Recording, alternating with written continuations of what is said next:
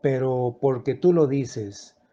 Evangelio y reflexión del jueves 25 de junio.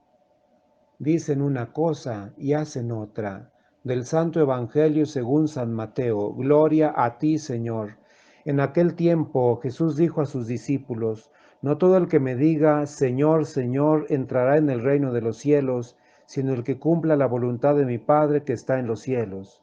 Aquel día muchos me dirán: Señor, Señor, ¿no hemos hablado y arrojado demonios en tu nombre, y no hemos hecho en tu nombre muchos milagros? Entonces yo les diré en su cara: Nunca los he conocido. Aléjense de mí ustedes los que han hecho el mal. El que escucha estas palabras mías y las pone en práctica se parece a un hombre prudente que edificó su casa sobre roca. Vino la lluvia, bajaron las crecientes y se desataron los vientos y dieron contra aquella casa, pero no se cayó porque estaba construida sobre roca. El que escucha estas palabras mías y no las pone en práctica se parece a un hombre imprudente que edificó su casa sobre arena. Vino la lluvia, bajaron las crecientes, se desataron los vientos, dieron contra aquella casa y la arrasaron completamente. Cuando Jesús terminó de hablar, la gente quedó asombrada de su doctrina, porque les enseñaba como quien tiene autoridad y no como los escribas. Palabra del Señor. Gloria a ti, Señor Jesús. Hermanos y hermanas, la vida no es cuestión de magia o suerte, tampoco depende de lo que depara el destino. El rumbo de nuestra vida, y en el Evangelio de San Mateo, capítulo 7, versos 21 al 29 que escuchamos en este día, decir una cosa y hacer otra depende de las bases sobre las que construyamos nuestra vida en familia. Con esta parábola sobre el hombre que construyó su casa sobre roca o sobre arena, termina Jesús el sermón de la montaña. Durante todos estos días hemos podido admirar la riqueza y la profundidad de las enseñanzas de Jesús. Y ahora empieza lo más importante para nosotros, que es poner en práctica todas sus palabras y enseñanzas que son vida, pero obviamente solo para quienes las ponen en práctica. Por eso, hoy Jesús en su palabra nos aplica una nueva consigna a nuestra vida. No todo el que me diga, Señor, Señor, entrará en el reino de los cielos, sino el que cumpla la voluntad de mi Padre. No se trata de decir palabras piadosas, sino de cumplir lo que esas palabras prometen. No debe haber divorcio entre las palabras y las obras, entre la fe y la vida. Como conclusión o final del Sermón de la Montaña, Jesús propone una comparación relacionada con la misma idea: la casa que se construye sobre roca o sobre arena. Es una imagen que todos entendemos. Si la casa está construida sobre roca, resistirá todas las inclemencias. Si está construida sobre arena, pronto se vendrá abajo y se derrumbará. De aquí que Jesús nos propone dos cosas.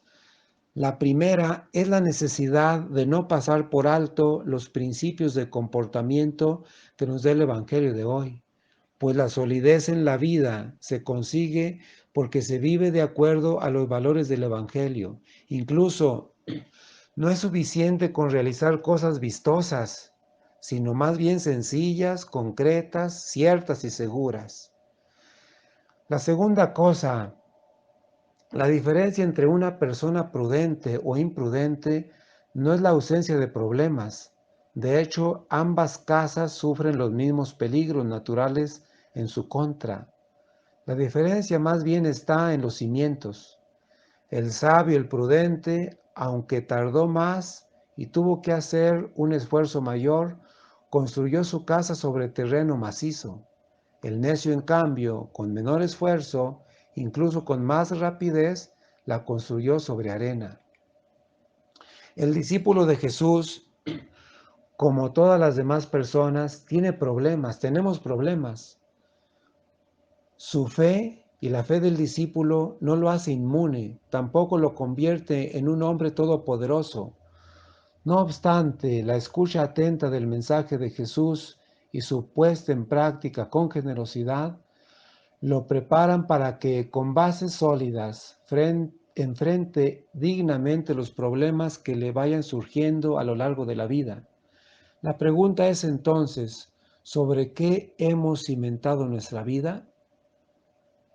El hombre que construye sobre roca es el bautizado que no es perfecto, pero que se esfuerza por cumplir con amor las enseñanzas de Jesús y se compromete con hechos.